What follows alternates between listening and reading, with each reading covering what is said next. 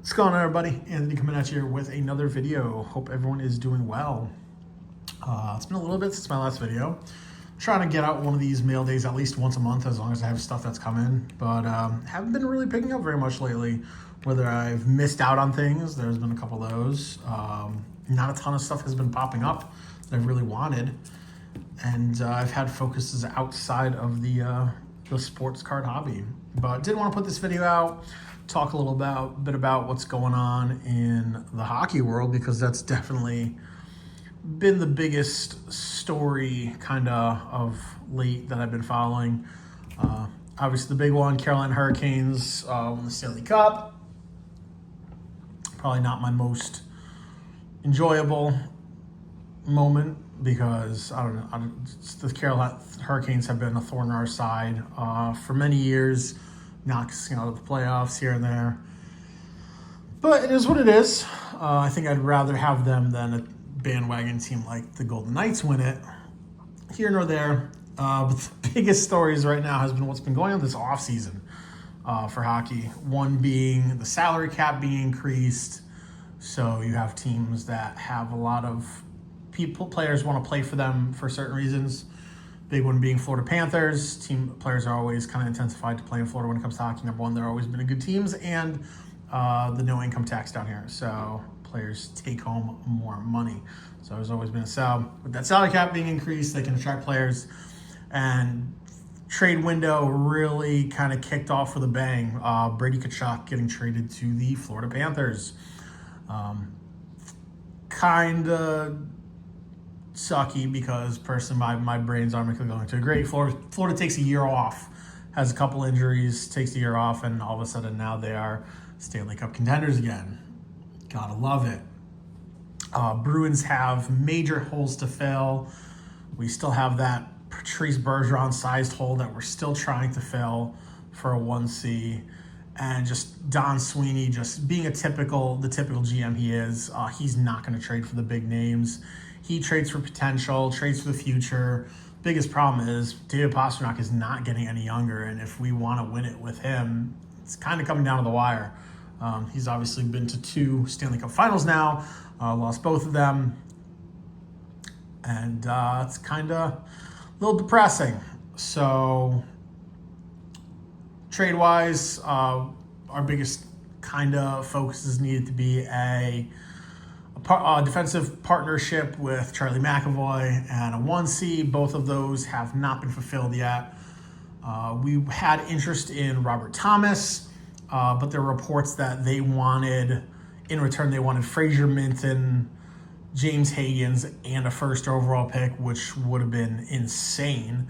I just think that they realized that I think Robert Thomas is the best fit for us, for any player currently at that 1C position. But to give up that much would be just stupid. Bruins did make one trade, being shortly before the draft.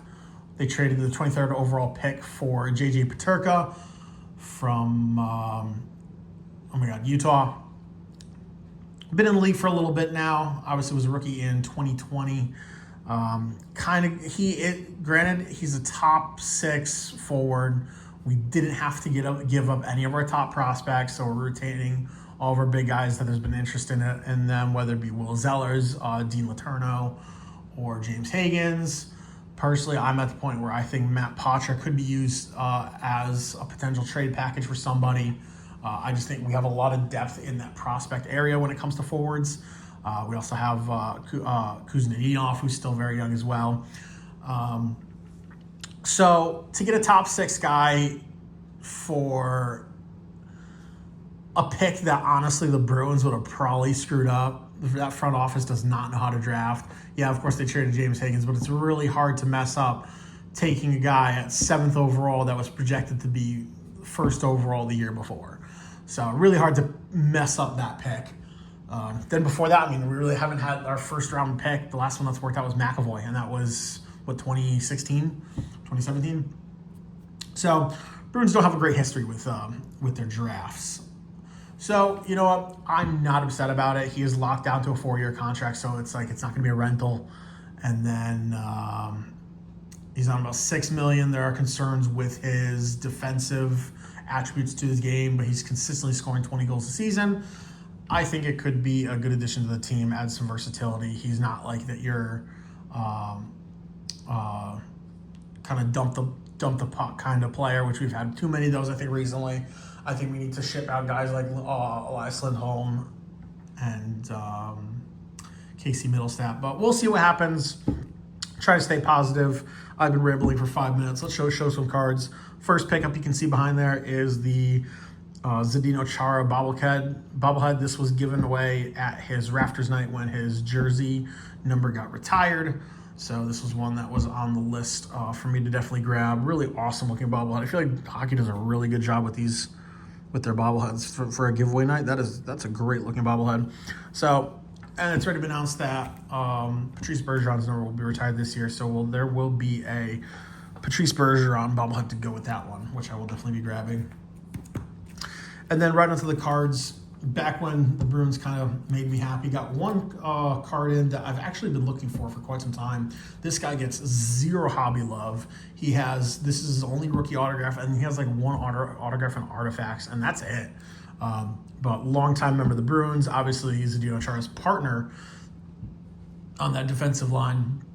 Such a beast. Got a rookie autograph from the Cup of Adam McQuaid. So really awesome. Happy to add that into the collection. Then next up, used to have autograph. I'm just kind of doing some PC hole filling, I should say, of just autographs of guys I either never had or used to own and just wanted to get them back into my collection. So I've had autographs of guys, this guy in the past, and when I was younger, just moving it on, and when I needed money, stuff like that. Cards that I never had a really super big attachment to. But happy to add this. This is from 2024 Topps Baseball. This is the 35th anniversary of 1989 Topps. Nice on-card autograph of Jorge Posada. So nice one to add to the collection there. And lastly, I was looking at a memorabilia piece this player I had on my watch list for, I would say, at least a year. And I dragged my feet, and then it sold, and I regretted it. So started looking up his cards, trying to find out which ones I like the most. For years, he signed nothing. He had a couple of his like autographs in like 04, 05, and then nothing. And then over the past couple of years, he's been starting to sign. So this card is really, really sick. I believe this is from 2024 as well. Yes, 2024. Absolute monster, obviously. It is none other than Godzilla himself, Mr. Hideki Matsui from Topps 5-star. And you know me, I love my 5-star. Really nice card, numbered out of 50. Perfect signature.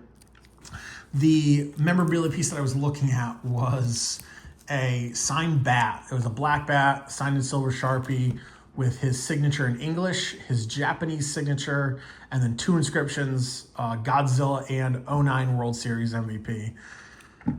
That's probably one that I won't see again, unless that particular one gets re-added up. That was a super cool piece. Like I said, I definitely regret not picking it up. But yeah, guys, that is everything that I have. I have like 2 really small cards coming in, nothing major. I am watching some really big cards.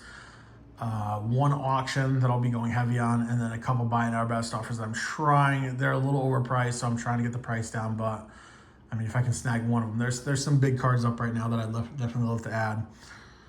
So yeah, guys, that's everything. Those big cards kind of are my main focus. Till next time, peace.